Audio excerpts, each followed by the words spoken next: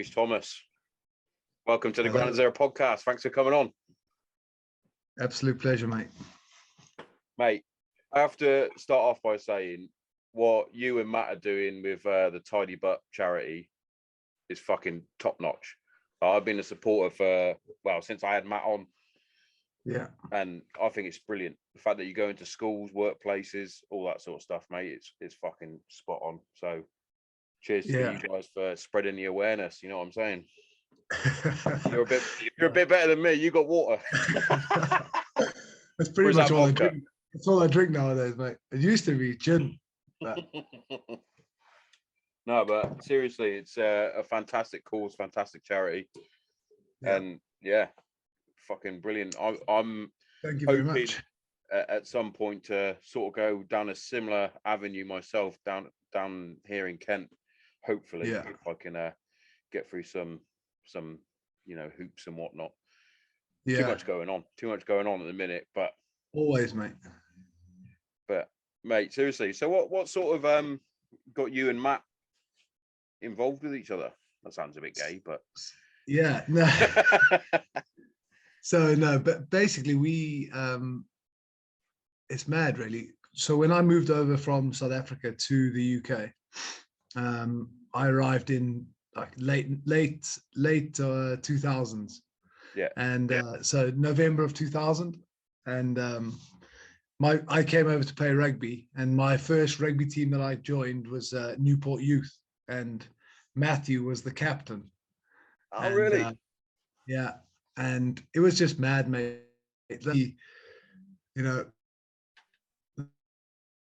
They were a wild bunch. It was. I bet. Hold on, I think the signal's gone a bit funny.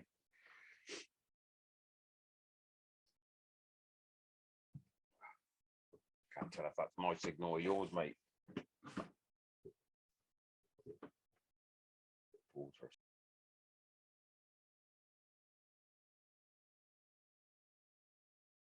Oh, he's frozen.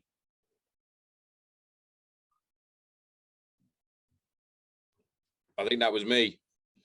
Oh, okay. The signal went all funny. Yeah, no problem. Always technical difficulties. Want to start again, just?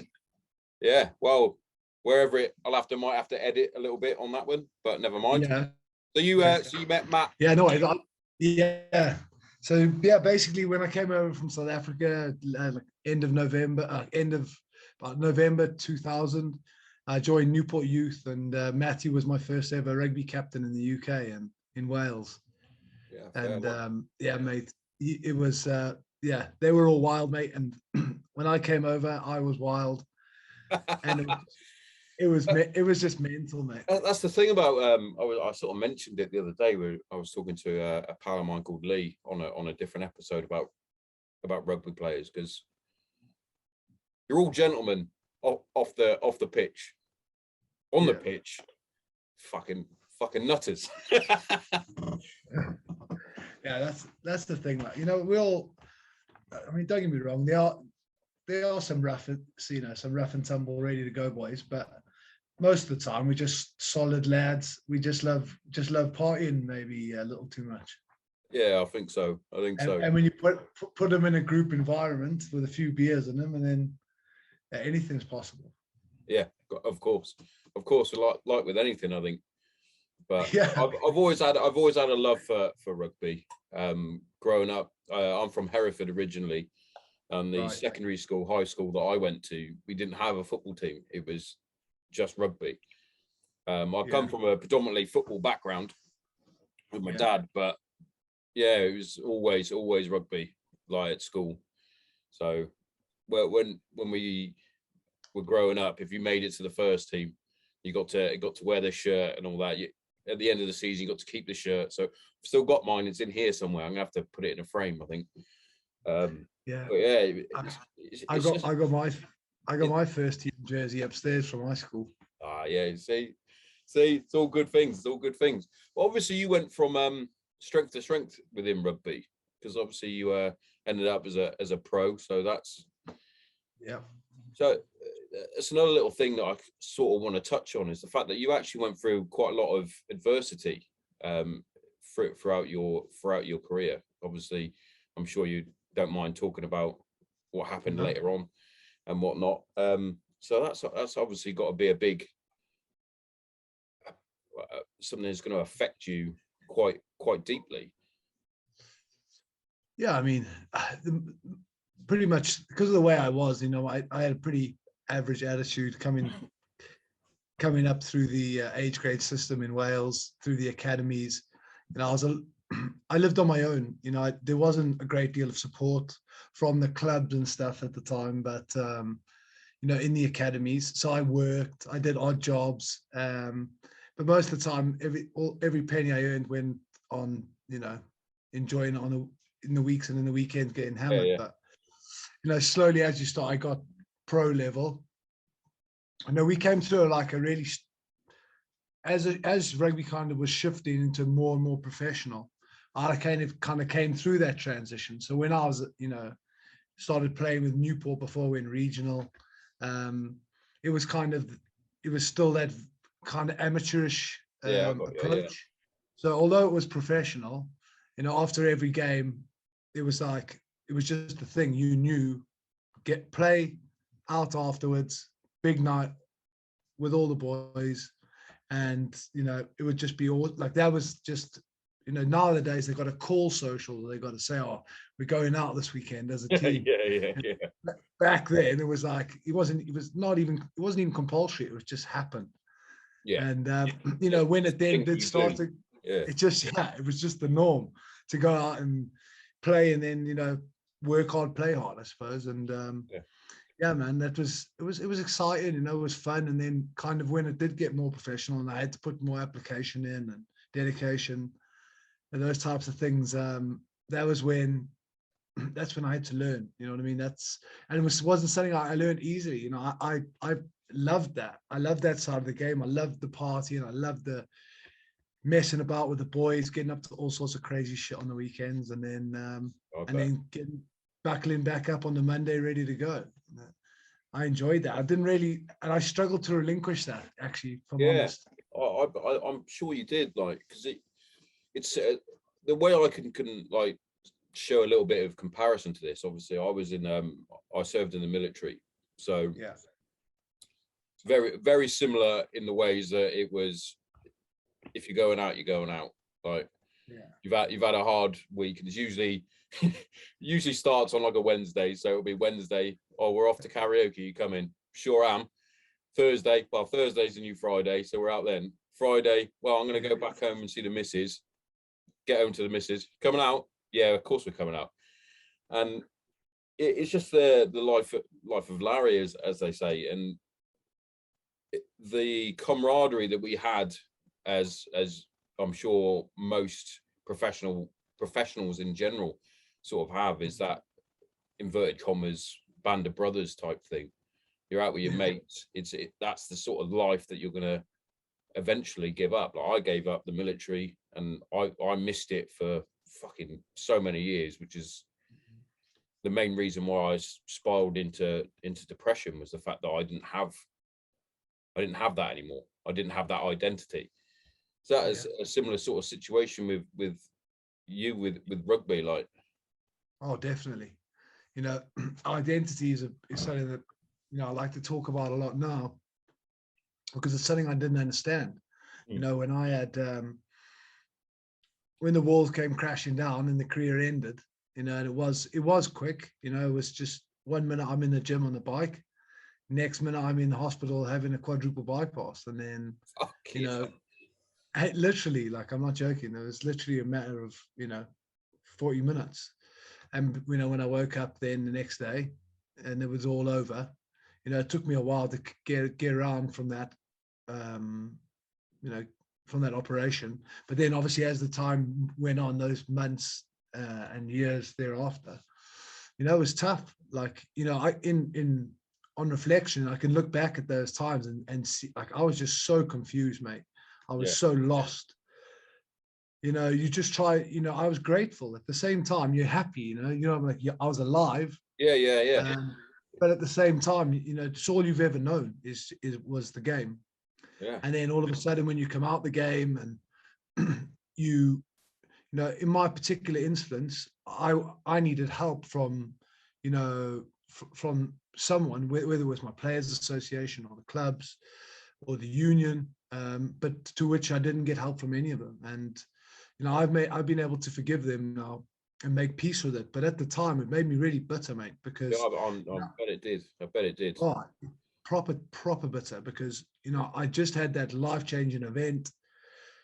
Your identity is with you with these rugby teams your whole life, from a young lad, and you're so single-minded, you're driven, you make sacrifices, you achieve things, and then you've got these teammates and environments that you're in, clubs, country, and they kind of make you feel special. Do you know what I mean? Because you're the product. Yeah. But the minute that you're of no use to them, you are kind of like a piece of meat. You're done. Yeah. And I think it was just unfortunate in my era that we didn't have the right insurance in place. That when I had my accidents, I didn't get the proper care. I didn't get the payoffs that I should have got. Still to this day I haven't. I didn't even get a career-ending payment from any of my. That's the thing, that a lot of people don't realize that, especially with pro athletes like yourself. Like, you're paid by the club, but you've also got sponsors, boot deals if you're a football player, rugby player, all those sort of things. It's like, if you have a career ending, like, well, heart attack in your case, or injury, those sponsors are now gone because you're not playing anymore. You're not able to wear the boots. You're not able to wear the fucking gloves, the pads, their scrum hat, whatever it is. It's crazy, and and I think even in football and other sports for so long, like, there hasn't been that little bit. One's, if it is a career-ending injury and you're still within your prime years, it's like, you're going to look after these players, or. And to be fair, I was listening to Talk Sport today, actually, and for the life of me, his name has gone out of my head, but he played for Peterborough United as a 19-year-old, and he suffered a horrific head injury. He was unable to play. And what he's done now is he's set up a charity, a bit like yourselves and Matt have set up a charity. His is based around football and athletes that no longer have the support once they do finish their career, whether it is mental health or physical or what. And it's like, more of that needs to be done, which is why I commend you helping with the or starting, helping, whatever you might want to say, the Tidy Butt charity, which is probably the greatest name ever, by the way. Thank you. But I mean, listen, it's player welfare is something that it is close to my heart. I think only because I saw the raw end of the stick, but player safety is paramount. And the unfortunate reality of the situation is to be an elite athlete, to reach the high echelons of your sport, you've got to give all of yourself. But that's the long and short of it. So there's not going to be ever a smooth transition from sport life to afterlife, because there's always going to be that trial and error, that loss of purpose, that loss of identity, like, where do we go from here type. Don't get me wrong, there's I think, what is it, 1% of players go straight into broadcasting, TV, some sort of gig on the telly or the radio, but then there is a small percentage then that'll end up being coaches. But the majority of us, have got to go integrate back into society after being, privileged almost, like, because you've been playing your hobby your whole life. And, exactly. And because it's not even a job. I mean, there's times it's tedious. I mean, there were parts of my career I hated. Like, I just didn't want to be there. It was basically just going through the motions, and but there were times, the majority of my career I loved, and I bet you did. But when the curtain comes down, mate, I can tell you, I don't think there's many players it's glad to see the end of it. And in fact, I suspect there's a large percentage of players that never actually get over it.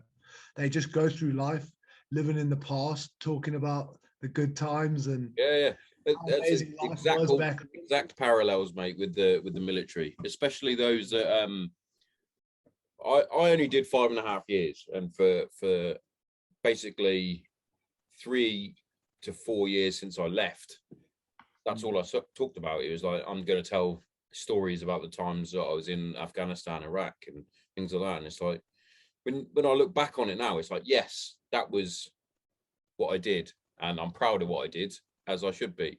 But I don't, unless you're going to say, oh, tell us spin a dit or whatever it is about us, tell us a story about what you did. That's cool. But I didn't want to be that guy that was in the pub with his like fucking Uncle Albert with his medals on, going, oh, in my day, back in the war. It's like, oh, fuck off.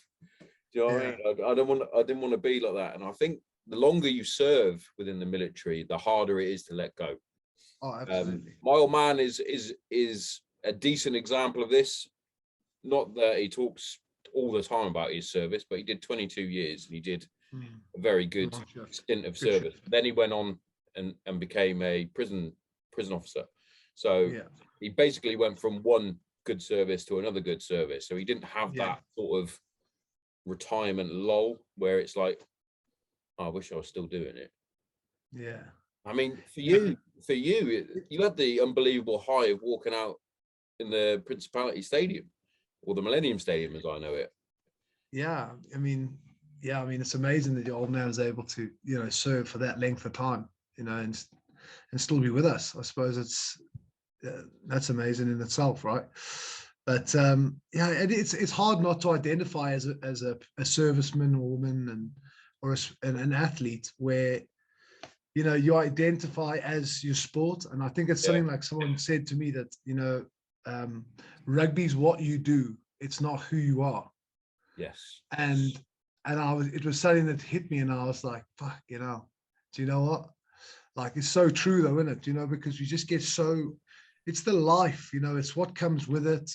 It's the perks, it's that safety net, because it's like a bubble, really. It's you're getting looked after, you travel around, you have all these amazing perks, and then all of a sudden you're just the average Joe. Yeah. And it is a bit. That's exactly how most veterans feel as well. That's it's quite an easy comparison in a way. Yeah, I find military and athletes same people. Yeah. In so many ways. So many ways. It's crazy. But listen, mate, it's amazing. I'm very, very proud of what I did.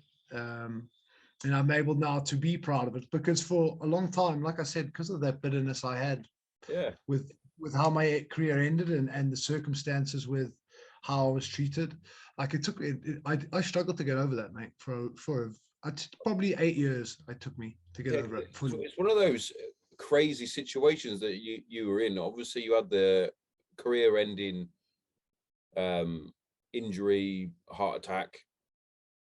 But not only that, it was almost life-ending. Like you said, a quadruple bypass to get yourself sorted. You almost lost your life. So not only have you lost that, and you've lost the physical ability to do what you wanted to do, but then you've got zero support. Your mind must have been going through fucking some sort of crazy roller coaster. Yeah, I mean, like you said, 1 minute you're running out in front of 75,000 people, and then the next day you can't walk up a flight of stairs because your heart's so badly injured from your heart attack that you got to stop 4 times up 10 stairs. It was a physical battle, and then slowly over time it just completely became a mental battle. And being a typical man, I suppress my emotions, and then the only way I knew how to deal with my emotions and feelings was to escape. And my choice of escape from reality, from my incessant overthinking, was alcohol. And my state of health was terrible at the time. I mean, after my quadruple bypass, a couple of years later, I actually ended up this machine that I've got that runs me at the minute. You know, I'm not sure if you, I mean, if I was there, I'd show you. Basically, it's a machine called a left ventricular assist device. So it's a heart pump. So, oh, God, yeah. You said a lot of words, and I was like, Rhys, chill out, mate. Yeah. Yeah, so that it basically does the work of the left side of my heart. It sucks. Yeah, makes sense. Sucks the blood like out of the left side and then pumps back through my aorta. And and then I've got batteries that keep me alive. So they last about 8 hours a set. And after 8 hours, they beep for 15 minutes. And then if you don't change them to new batteries, the machine can stop. And then if the machine stops, your heart can stop and yeah, you can that's die. fucking crazy. So have they not thought about getting a better battery? Because well, believe it or not, they're actually on the newer versions, but the batteries are exactly the same size, same everything. Yeah. But the new one again is apparently internal. So I've heard. Oh, brilliant! But still, you'd think that there was a way to have them so they're like it's like a hybrid sort of battery. So the more you're moving, it's charging the battery. Well, yeah, I mean it's tough, right? Did I just design something then? Have I just? I don't know about that. I think a lot of people are really sick when they have them, so the movement thing might be an issue, especially in the hot. Yeah. Good point. We won't bro science the shit like that one. I wouldn't go patenting that yet, mate. No. Needs a bit of work on that idea. But I mean, listen, it's crazy. It was wild, you know, that whole experience going through that traumas. There's many months in hospital. Seeing a lot of death, a lot of destruction. It was tough, bro. Do you know what I mean? To get through all that, and I just didn't know how to deal with it. And just being that, you know, that stoic type of male, you know, from what I'd seen in the past, and didn't deal. And then before you know it, mate, I was just boozing flat out, and that's when the problems started to arise. Yeah, that's like a ongoing sort of issue, and I'm sure you guys probably speak about it quite often in your lectures, in your seminars, whatever you want to call them, your chats. Yeah. It is the fact that, especially men, that's what we do. Is I'm going to deal with it myself, and I'm not going to talk about it. If you're going to ask me, I'm okay. Cheers. Yeah. And hence the name Tidy Butt. So obviously exactly. How you getting on? I'm Tidy Butt. Cheers. Exactly. That if you went to the Gwent, well, around the Gwent Valleys, and you ask someone how they're, it's the equivalent of saying I'm okay. Yeah, exactly. You know? But they're not okay at all. No, that's the thing, and it's. I was always the same in the fact that it was, even if you asked me once, twice, 3, 4, 5 times in a row, are you all right? The answer would always be, yeah, I'm fine. I'm okay, cheers. I'm Tidy Butt. But in reality, I wasn't, and that's the main. It's the certain ways that you ask the questions. It's not are you okay? It's like how you feeling, or. You know, it could be anything. You fancy going out for a beer? We'll have a chat. Yeah. But yeah, all right. You know, there's little things that you can do to get people to loosen up their lips a little bit and let a little bit of the pressure out. Like, everyone's different, mate, aren't they? Do you know what I mean? Everyone's got their own way of, you know, a lot of the time, unfortunately, we're never given the tools.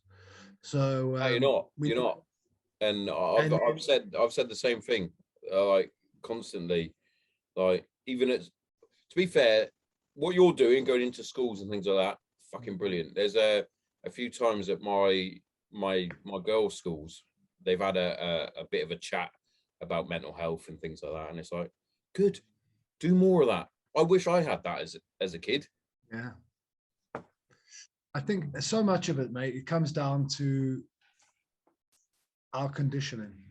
Yeah. A lot of it is we you know, the society, especially with consumerism, and how materialistic we all are today, you know, and now even worse because of big tech and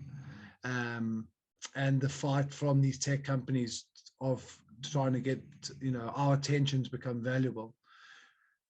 Things are getting a lot worse a lot quicker. So people are, you know, they're selling us connection, the tech companies, but it's not connection at all, you know, because more and more and more we're finding that we're isolated and that we're connecting via a screen or, yeah, you know, exactly. and very, A bit like very this. short. A bit like this, It's going Rhys, to be if I'm virtual honest. reality, bro. It's like you said in the message that we had on Instagram. It was like, oh, I'll come down and we'll do it face to face. I would have loved that, genuinely, because I'm itching to have like guests in my shed, in my shedio, in the studio. But it's the fact that I've literally started from zero. I've only recently got my first sponsor, which was the CBD company. So like, for example, for someone like you to come down, I'd be loving the fact that if I could like pay your train fare or your petrol and then your overnight stay or something. But at the minute, I'm like, fuck, I'll have to do it via Zoom. As much as I love this, by the way, because I still get a connection, and this is one of the reasons why I started the podcast. Was this is my therapy? Yeah, because I can have a decent chat with a fucking like-minded person and get a good conversation, and it makes me feel better. Like I keep saying in the last 4 or 5 fucking episodes, this is my happy place. This is where I come to be happy. It's away from those 3 females in the house. It's my sanctuary, you know what I'm saying? Yeah, hey, mate, listen, it's that's what we're all about, especially, you know, a tidy bit.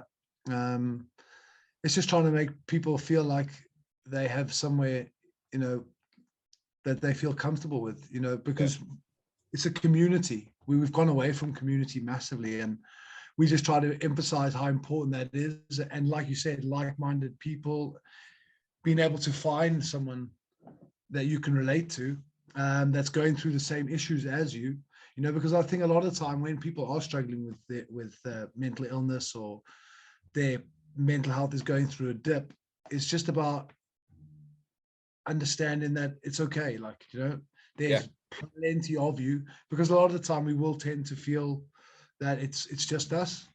Yes. And that we don't want to burden people with you know, how we feel, maybe because there's something worse going on physically to someone, perhaps with the illness, that they won't mention that mentally they're not feeling as great. So yeah, a lot of what we do is breaking those stigmas and just trying to make people understand that you know, we try and make physical health and mental health as important as each other. Yeah. Because I think people tend to treat their physical health a lot better than they do their mental health. You know, like we all have mental health, and mental health isn't a negative thing. It's there all the time. We have good mental health, we have average mental health, and we have poor mental health. But it's just about understanding that. But, you know, being given the tool set to deal with these things when they arise. And we don't get taught in school, mate. We don't get the education. We don't have the emotional IQ to deal with day-to-day circumstances. And, you know, throw in the added bonus of tech and lockdowns, and all of a sudden we've got isolation. People's, you know, a lot of fear, a lot of peddling of fear as well, unfortunately, from our own governments, which is so disappointing. You know, a lot of that psychological warfare on our own people is pretty sick, mate. And I heard something similar on Talk Sport again today. They do these little adverts for obviously getting jabs and things like that. Yeah, I'm pro the vaccine anyway. I've had I've had the 2 vaccines and the booster. I'm all for it. Do what you got to do, but obviously don't force it on people. If they don't want to take it, don't want to take it. Yeah. I'm just going to clarify that I'm pro-choice. But I was listening to this talk sport, and it was like a real like sad lady pops up chatting, and she's like, I could have gone to this event if I had my booster, but no, I'm sick at home. And it's like, don't start doing that. There's no need. Fuck off with that. Yeah. And it's like, the Omicron virus is out there. You need your booster. It's like, chill out with that, Talk Sport. Come on. Yeah. The thing is, it's just get back to slagging off Ollie, even though he's not a manager anymore. Yeah. And let's not talk about United, mate. Come on. We'll be here all night, mate, if we start getting on that. Yeah, Jesus. No, mate, it's what I mean. It's unfortunate. We live in some pretty unprecedented times. Yeah, definitely. And the thing is, all these actions that we've taken during this incredibly confusing period has had huge detrimental effects on our youngest people in society. You know, we see it firsthand. We're going into all these schools and speaking to a lot of students, a lot of parents, and it's very concerning, mate. Lockdowns for a start, they don't even work. So scientifically proven not to work as well. Yeah. Why are we doing them? Because all that they do, Garrett, and this is a fact, the suicide stats are through the roof. That's the real. And they were bad before, right? They were bad before lockdown. Now they're off the scales. But not only that, now we've got kids that are like severely anxious because they've been peddled non-stop fear by the propaganda network called the BBC and all the rest of these channels. And on top of that, you know, they made feel like they carry in a disease and they've got to isolate when ill. You know, we shouldn't be isolating at all, ever. It's the thing that I was always taught, and I did sports science at college. I did sports science at secondary school and things like that. And to boost your immune system, you need to have contact with viruses and other things because it builds your immune system up to fight it. We're a walking bacteria. We need bacteria to survive. It's like when we were kids, you'd play in the mud, you'd eat the mud, I'd eat the mud. Or my brother would mud pies, mate. Can't beat a mud pie. Yeah, it's like I'd be rolling in the mud. Like now, like my kids, like, do I need to wear a mask to go in here? No, you don't need to wear a fucking mask. Fuck off. But this is it, right? This is where we are. It's the massive thing, right? So quick, sorry, interrupting. I get like this when I've had a whiskey. Like chicken pox. You have chicken pox parties, so kids get chicken pox. Yeah. It's like. Yeah, we forgot all about this though, mate. Do you know what I mean? Yeah, we have. It's madness, mate. Yeah, so I can't say any of this in the house. My missus is afraid of everything. She's had a cold now for this predominantly the whole of this week, and she's been testing every day. It's like, you wouldn't have tested normally. Why you tested? Yeah, that's bad. We've all gone mad, mate. But you know, fingers crossed we'll come out the end of this very shortly. It seems to be going that way. I did see that he's getting rid of all the mandated bollocks, and it's like, oh, are you just doing that now to get everyone off the focus that you had a lovely party when everybody else was in a house? You fucking bellend.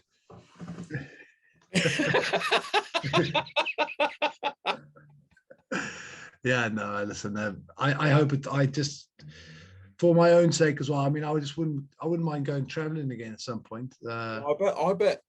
I mean, the whole thing's just, I mean, imagine some people that are in Australia and like they're away from. Worse over there, isn't it? It's madness. Oh, mate, it's mental. So like, there's so many people that are being separated from their loved ones, and that's the sad part, mate. Really, do you know what I mean? That's like the collateral damage of this whole thing. When you actually look at the official stats and everything that have just come out, I mean, there's obviously the massive high-profile one as well that I don't even think he will probably address when he has to go and see the Queen. Is obviously she had to sit there on her own and bury her husband because she was sticking to the rules while he was off swanning about having cheese and wine and a fucking piss up in the garden. Yeah. Well, mate, if I'm honest, I hope that in the very near future, I hope that in the near future that things will change. I hope the whole system changes, mate, top to toe. We get rid of people that are sponsored by pharmaceutical big tech, you know, all these big corporations, like, because they are corrupted, mate. No one makes decisions based on the people. I think we forgot that we put these people in charge. Yeah, we did. So we did the popularity contest. Yeah, we look at these people like they are now like our, you know, they tell us what to do. Well, no, we tell them what to do. But I think we've forgotten. And it needs to change. The whole system is corrupt and rotten to the absolute core. I can't remember what I saw it on. It must have been on a reel or something while I was being your typical bloke on fucking Instagram scrolling through reels. But it was something along the lines of, you get sports athletes that have to wear the stuff that they're sponsored by. And I was like, well, where's this going? And it's like, why don't politicians do the same? Yeah, mate, it's. I think that would be fair. Yeah. You know, because we could say like Sajid Javid and all these, they're sponsored by every pharmaceutical company. Yeah, exactly. That's what they are. And the way it all comes about is when they come out of their politics, their political circle. Like Boris, for example, he'll come out and not be prime minister anymore. And all of a sudden he's getting paid 100 grand for fucking talks in these companies. And it's like, hang on a minute. How have you wingled that little fucking job? Oh, wait, they were sponsoring you the whole time, you cunt.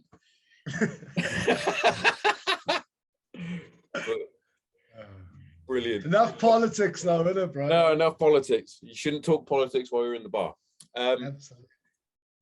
Why I do have to ask you about, because obviously we've got quite deep and heavy in the mental health stuff, but obviously you played international rugby for the great Wales, and technically I'm half Welsh, probably a bit like yourself. My mum's Welsh. I think it's your dad's that Welsh, isn't it? Yeah, my dad. Yeah. So, mate, genuinely now, whenever I watch international rugby, bearing in mind, I always said this to my mum, if I was good enough to play international rugby, I would have played for Wales instead of England. And she was like, oh, of course you would, Beth. Of course you would. It's like, fucking right, I would. Because even now, right, not football. If I was good at football, it'd have been England. Rugby, Wales. And even now, I turn the national anthem right up whenever Wales are playing, especially at the Principality Stadium. Yeah. What was it like walking out to that though? Like I get goosebumps watching it on the telly. Yeah. Oh mate, it was Welsh fans are incredible. Oh yeah. Listen, Principality. Well, it doesn't matter if the roof. It's a lot louder with the roof shut. Don't get me wrong, but either way, roof shut, roof open. 75,000 screaming Welsh fans, super passionate about their team and their country. And mate, I personally believe there's not a stadium like it in the world. I agree.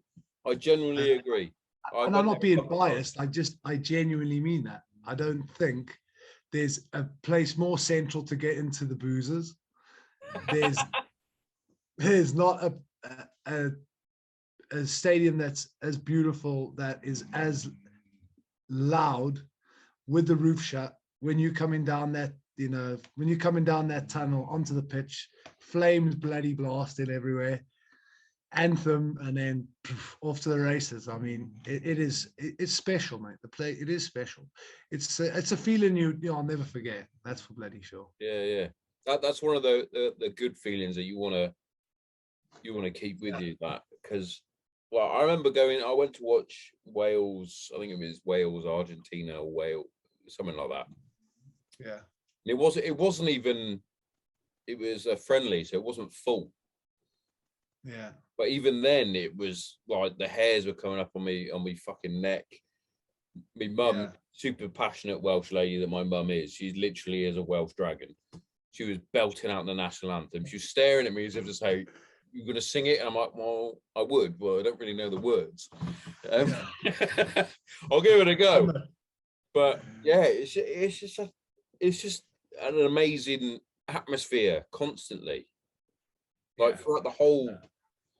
And it literally is like you in football. Obviously, it would be 12th man, but 16th man in rugby terms, because once the fans are behind you, oh, fucking hell. Yeah, no, you can feel it. I mean, it's crazy. It's I mean, I always say this. I say this in my talk, but I bizarrely I can't really remember the game. Just the noise, Yeah. Just the noise and my breath, and if like between steps, just the noise and then my breath, noise and then breath. I can't remember anything from my games. It's wild. I can remember absolutely everything up to the whistle, and then it's kind of just a blur. All my games as well, bizarrely, but maybe that's what it's in the zone. Maybe I wasn't so prepped. That could be concussion, Rhys. I don't. It could also be that. Which is another thing, like obviously concussion is a big thing, especially like it's been brought to the attention from obviously American football. Yeah. And then now regular actual football, which is played with your feet, by the way. But obviously now it's a big thing within soccer, because obviously heading the ball, getting hit in the face. I'll tell you what, mate. I'm going to quickly sidetrack on this. I was watching. It was United Villa on whatever day it was. Saturday. On the weekend, Saturday or Sunday. I can't remember which day it was. And a player got clipped on his hip, and he rolled around for about 5 minutes. And I was literally going, "What the fuck is going on?" I've literally seen rugby players like put their fucking shoulders back into joint, like do anything not to be subbed off because just because. I'm sure you would cry as well. Into the game, like it's gone back. Like you go way back, and you had like Terry Butcher with his fucking thing around his head because he's bleeding from his head. Like Vinnie Jones, Roy Keane, all these players that never rolled around, and now you get touched, and it's like fuck off.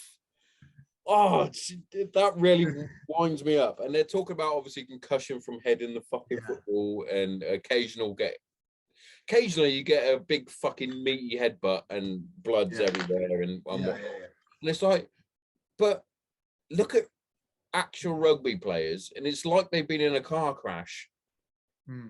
Like after the game, you have to like proper ice baths and all sorts, don't you? To like. Yeah, I mean, I'm sure. I mean, the footballers probably use ice baths too. I'm sure, but they don't get hit. But, yeah, I mean, by an 18-stone man that's running the 100 meters in 11 seconds. Yeah, they've never been hit by a Fijian. No, there's no comparison. That's a great comparison, because I've played for my Air Force station at rugby, and we had a couple of Fijians that were playing with us. I remember putting in tackles on them, and I was like, fuck, I wish I'd never put my fucking body on the line for this. Mate. It was the number 8 that plays for Wales now. Is it Filipolu? Toby Faletau. That's it, Faletau. Yeah. No word of a lie. When I was serving in Camp Bastion in Helmand Province on my final tour, I sat next to the Tongan, the Royal Tongan Marines. And I was watching the Six Nations where Wales beat England to win the Grand Slam. Yeah. And no word of a lie, geezer sat next to me, goes, "That's my nephew." And I was like, "What?" He went, "That's my nephew. Toby Faletau, I'm whatever, Faletau, that's my nephew." And I was like, but it's crazy because he's obviously Tongan but playing for Wales. Just like you're South African playing for Wales. It's like,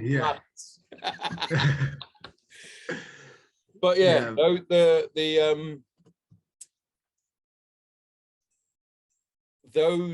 the Samoans, the fucking Tongans, Yeah. They're South built, Sea Islanders. yeah, they're built different. Yeah, different gravy. Pure athlete. They are ridiculous. Oh, But their true skill, you see it more in sevens. yeah. Well, I mean, the other one. I was trying to think. Yeah. For ages, my brain was going, "What's the other one?" Fiji. So, yeah, Samoa, Fiji, Tonga. But yeah, they're just fucking different, aren't they? Mate, they're just specimens. Even the women are massive, like brick shit houses. You're like, this is crazy shit. Yeah, mate, it's yeah, they're a good bunch. I like them a lot. Yeah, but they generally are as well, aren't they? They're good on the pitch. Yeah. Mate, how that they are the world's biggest people, and how friendly are they as well? Oh, they're good souls. Mate. They're good souls. Yeah, we need more. We need more of the South Islanders, mate. When they get the sauce in them, the demons come out then. Yeah. Yeah. Too much carver. Yeah, that's the way forward, mate. So what's more on the agenda then? Are you doing more talks around schools? Where are you generally based? Is it South Wales you're generally based, or do you go all over? Yeah. No, so we're currently in South Wales, but we are branching out into England a little bit. So especially around the southwest, Bristol. You'll probably be near my hometown then, Hereford, soon. Yeah, well, you can tell the beefy boys they can put a little burger on for us, and we'll come and speak to Tell the you staff. what, no word of a lie, my brother is one of the head chefs. Really? Well, so mate, I'll speak to my brother, and tell him we'll come up and do it. He does loads of things for Jack Shaw and Mason Jones. So yeah. I'll tell him to sort you guys out. Massive fan. And I know a few people within a few of the schools as well. So obviously, like, my predominant school was Bishop School. I know the what would he be? Year 9s, the Year 9s basketball coach. I also know a few of the hockey team and things like that. Plus, my niece goes there, so I'll tell them that they need to get tidy but into the school and fucking sort that out. Yes, mate. Mate, I just wish. Sometimes I do wish. Right, I moved to Kent for the missus originally, and obviously we've now got the two girls. So the two girls are down here. If I was in Hereford, mate, I'd be like, "Hey, you guys gonna put me in the team? Put me in the team. I'm good at talking. I talk for a living." But it genuinely, like I said at the start, it is something that I want to do. I want to, because there's not enough, especially around. It sounds ridiculous because how close we are to London, like Kent and the southeast. There's not much going on in terms of mental health sort of charities. You've got the big ones, and this is my opinion now. Controversial. The big ones are shit. Yeah, they're overwhelmed. They are, mate. Do you know what they're doing? They'll do a lot of fundraising.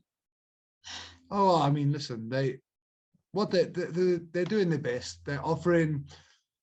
The thing is, a lot of what they offer is a crisis point. Yeah.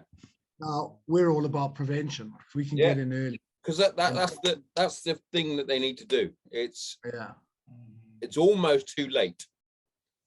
Yeah. At points with these big charities, it's the prevention. It's what can you do for them.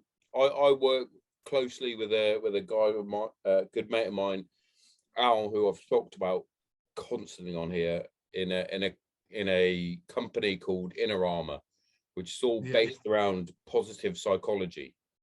Yeah. What can you do that's positive to sort out your mental health issues? Can we bring you from the darkness into the light? Anyway, And it's like, that's what you need to focus on, not, hold on, he's phoning up now because he's on a bridge.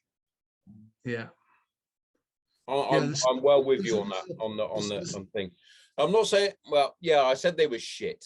I'd sort of take that back, because there's some are good, some are good, but some, you phone them up and say, I've got really bad depression, I've got outrageous severe anxiety, I've also got PTSD. Yeah, I'm trying to do something to help with that. And they're like, oh, okay, cool, I'll send you a caseworker. Yeah, this is the problem. People, by the time it gets to that point, people in crisis, that, you know, this is why there's so many bad outcomes at the moment, especially where self-harm, anxiety, severe depression is like it's too late.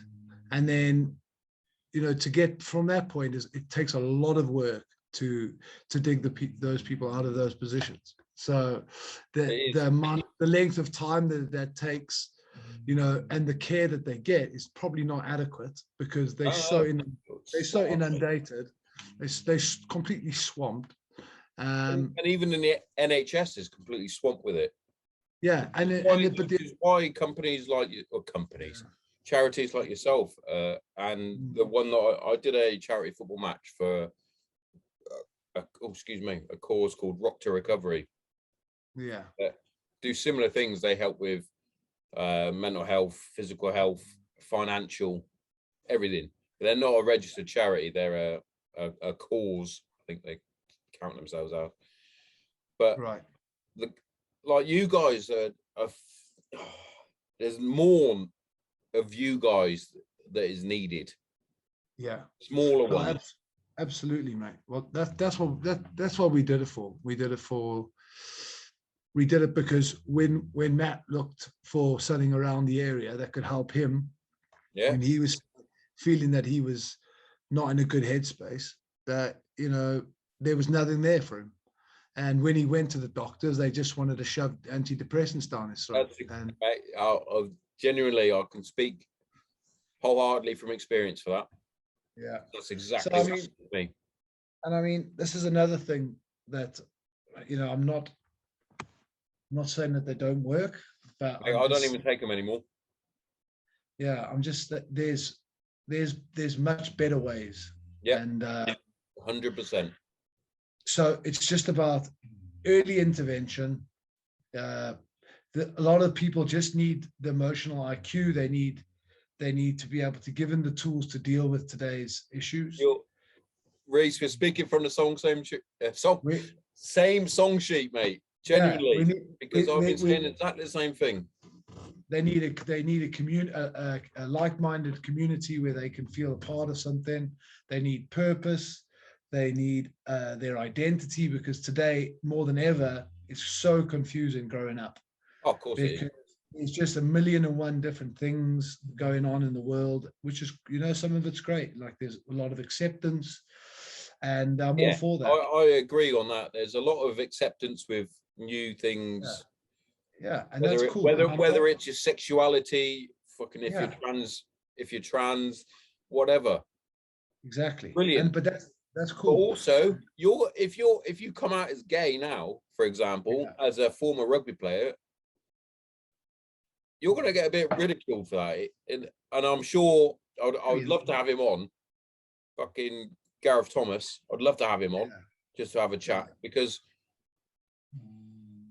he's a top boy. And I mean, he got ridiculed for a bit, and I'm sure he got trolled and bullied and whatever. And it's like, what? Yeah. Do you know what I mean? Times have changed drastically, you know, in such a short space of time. Definitely. As well. So, but also when times change like that, you also get weakened, because you feel that you can't speak out, and you feel that even when you should speak out, you can't. It's madness, mate. It's good, but it's also shit. It's a fucking crazy time that we're living in. Yeah, I'm pro-choice. I'm pro freedom speech. So, Definitely. but I'm also so up for, you know, equality and acceptance of whatever people, you know, I try to not judge anymore, mate. Whatever's people's cups of teas, and it makes them happy, and it makes unless you're a Liverpool fan or a Man City fan, you're fine. It's all good. Yeah, try being a Man United fan nowadays, mate. Oh, craziness. It's crazy. It's dark. Mate, I'm going to bring something up with you. I sort of mentioned it to Matt, but I'm going to do it live on the podcast. Not that we're live. I could edit this out if I wanted to. But one thing I really want to do, and I spoke to Matt and he was like, yeah, I'm on board with this. Right. I have a restless mind and I always have to have something ready to organise, whether it's my charity football match or my boxing match that I did or running a Spartan race. My next adventure, I want to do like a charity gala, ball, whatever you might want to say. And the chosen charity that I really want to do it for is yours. Oh, awesome. So thank you. I'm thinking more probably next year. I've got a fucking busy year and I'm sure you guys have got a busy year. So 2023, I really want to put like a proper formal fucking ball on. Like, sounds good. In a dress, mate. We're thinking fucking Dickie Bows. Yeah. If you're a veteran, if you're serving military or whatever the fuck, you wear your medals if you have to. That's fine. Yeah. That's what I'm thinking. And I'm thinking Rhys Thomas has got some connections within the rugby community for speakers, whether it's speakers or fucking. I think my power's just gone out of my fucking house. Whether it's speakers, items that we can auction off, etc., etc. Yeah. Like you've got guys in the rugby community. We've also got fucking Mason Jones, UFC. We've got Jack Tank Shaw, UFC. Yeah. Mate, we've got endless supplies of these celebrities, you might say, sporting celebrities, etc., etc. We could auction off some stuff. We could make a lot of money for an amazing charity. Well, that would be put into fucking brilliant things in terms of mental health and everything that you guys stand for. I'm all about the charity, your charity, because I think it's fucking brilliant. I wish Tidy Butt and myself can fucking interline so that we can cover that as much as we can. Do you know what I mean? Yeah. Because I'm passionate about it, mate. I suffered for so long. I got turned down by massive charities, whether it was Mind or fucking the RAF Benevolent Fund, even the Royal British Legion, which I do support wholeheartedly because of the other stuff that they do. All the other stuff, I'm like, you sort of shat on me. But I also know that there's so many smaller charities that are doing fucking brilliant work, whether it's yourself, Rock to Recovery. And I mean, do loads, mate. There are so many good ones, mate. But I'm all for the joined up approach. There's no need to hog it. We just need to help each other. We just need to help each other, and it's an epidemic, mate, because we've allowed it to get to this point. So yeah, definitely. And it's the same in so many things. I had it with when I first started the podcast. I thought I was in competition with other veteran podcasts, other podcasts. I was like, well, I'm not, because we're all doing what we need to do. And it's the same with charities in a way. It's like you're not hogging. Like Mind, for example, you're not hogging because you're a bigger charity. No, you can team up. You all want to help people. That's what charity is. Yeah. I mean, listen, it's just about. No, the problem's bad now. It was always bad. It was bad before the the lockdowns, but now it's really bad. Yeah, definitely. So it's just about it's for the younger people in our society, right? You know what I mean? Definitely. The kids are young adults that they need the tools and they need help, and not just them, it's the adults as well. So we just need to put our heads together and help them all out. Definitely, mate. And I'm wholeheartedly, I'm all up for teaming up with you guys and seeing what we can do to cover a bit more area. Whether we use the same banner, whether we branch off or whatever, I'd love to put our heads together, because I think with Matt's ideas, your ideas, potentially my ideas from we're all different sort of backgrounds. Yeah. And I think so many people can be helped. And I think that's the ultimate goal at the end of the day. 100%. 100%. Well, Rhys, I'm not going to take up any more of your time, because thank you. I think my power is literally, I think I just blown a fuse from my house. Okay. Because all my power just went off, apart from my lights, because my lights are going through my MacBook. Two, we're about halfway through the game. I don't know what the score is. Yeah. And three, I don't want to go any further, because I want a part two with you and Matt. Yeah, that's my goal. Awesome. Yeah, I'm sure Matthew and I would be more than willing. Definitely. And tell you what, I'll try and get up to my brother's in Hereford, and it's a bit closer, and we'll get everybody in his space and we'll sort that out. Beautiful. Sounds good. Yes, and thank you, mate. Thanks for having me on. Genuinely, the honour and the privilege is all mine to have a Welsh international and thank you. A mental health advocate on my podcast. It is generally been brilliant. Thank you very much. Yeah, thank you, mate. Have a good day. Cheers. Enjoy the football. And I'll speak to you soon. Cheers. Have a good day. And you, mate. Catch you in a bit. Bye.